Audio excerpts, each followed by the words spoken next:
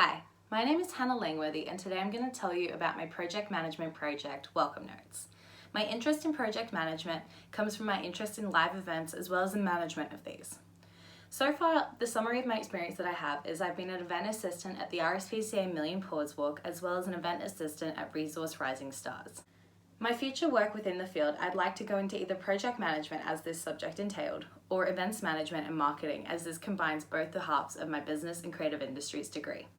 So to make this happen, I had a group of, including me, 5 people. We had 3 creative industry students as well as 2 Bachelor of Business and Creative Industry students.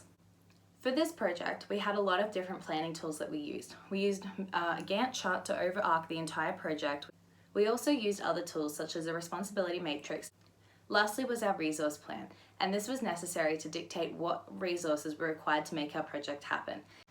As project manager, I was responsible for overseeing the entirety of the project and making sure that it ran on time and kept to schedule.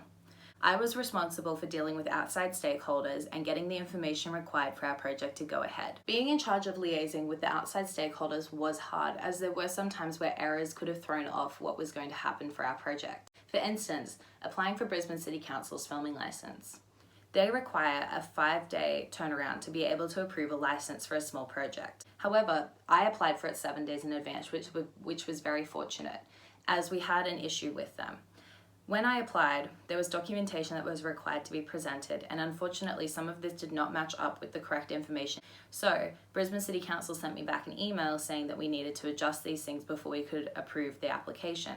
Thankfully, because I had the 7-day turnaround that I had applied it for, we had enough time to get our application so that we could film that week that was required. So what I learned from that was giving lead time to a project, especially for applications and things that are required that aren't outside of your control. And therefore, had I done this project again, I would have given myself a longer lead up time. Learning these things about the world of project management has changed how I thought about what project management is and how organized people have to be actual project managers. There is a lot required of them and there's a lot of documentation. As a team, we were very good at getting things done on time. However, as project manager, I did set schedules that were for items to be due before they were to be handed in so that we had enough time to check a draft and make sure that we were all on the same page about certain assessment items as well as how the project was running. There were some instances where I had to use discretion about what had to happen as team members did not meet the initial draft due date.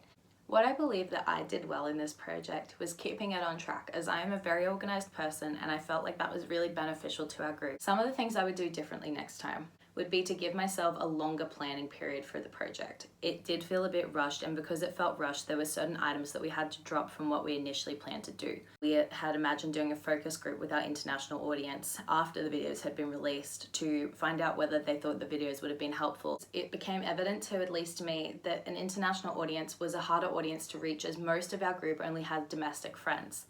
Therefore, had I been doing this project again, I would have maybe looked at doing an audience that was easier to reach and evaluate after our project. Another thing I would do differently is to do with the planning of the project as well. Would be when we apply for filming licenses, we'd given ourselves 2 days to film the project over, which was more than what we needed to be able to do it. However, we did not ask with our applying for licenses for an extra day on the license in case anything went wrong in terms of weather or crowds or anything like that. And we did almost have an issue with that, as unfortunately on one of the Fridays where we were filming, by the time we'd finished with West End and South Bank, there was the climate strike marches in the CBD. And then it looked like the following Friday that we'd booked in to film was possibly going to be a wet weather day. But thankfully it wasn't, and it meant that we could get the CBD, Bowen Hills and Fortitude Valley in. And we didn't have another day that we had a license for to fall back on if it had been a wet weather day. So the skills I've learned from this project are transferable to outside things, most of which surrounded communication and organization. Communication in our group was vitally important for this project to go ahead as planned and be successful. So taking those skills of chasing up people and communicating well amongst what was needed to be done and what needed to happen and who was responsible is very important skills to take forward, especially into any industry. The point about organization is that even if you are organized and you believe that you have a good plan that is solid, giving yourself extra time to execute it is really important as well. So, whilst this project was successful, there were a few questions that were left unanswered. These included how to distribute the content better to our intended audience, as well as conducting that focus group had it been plausible,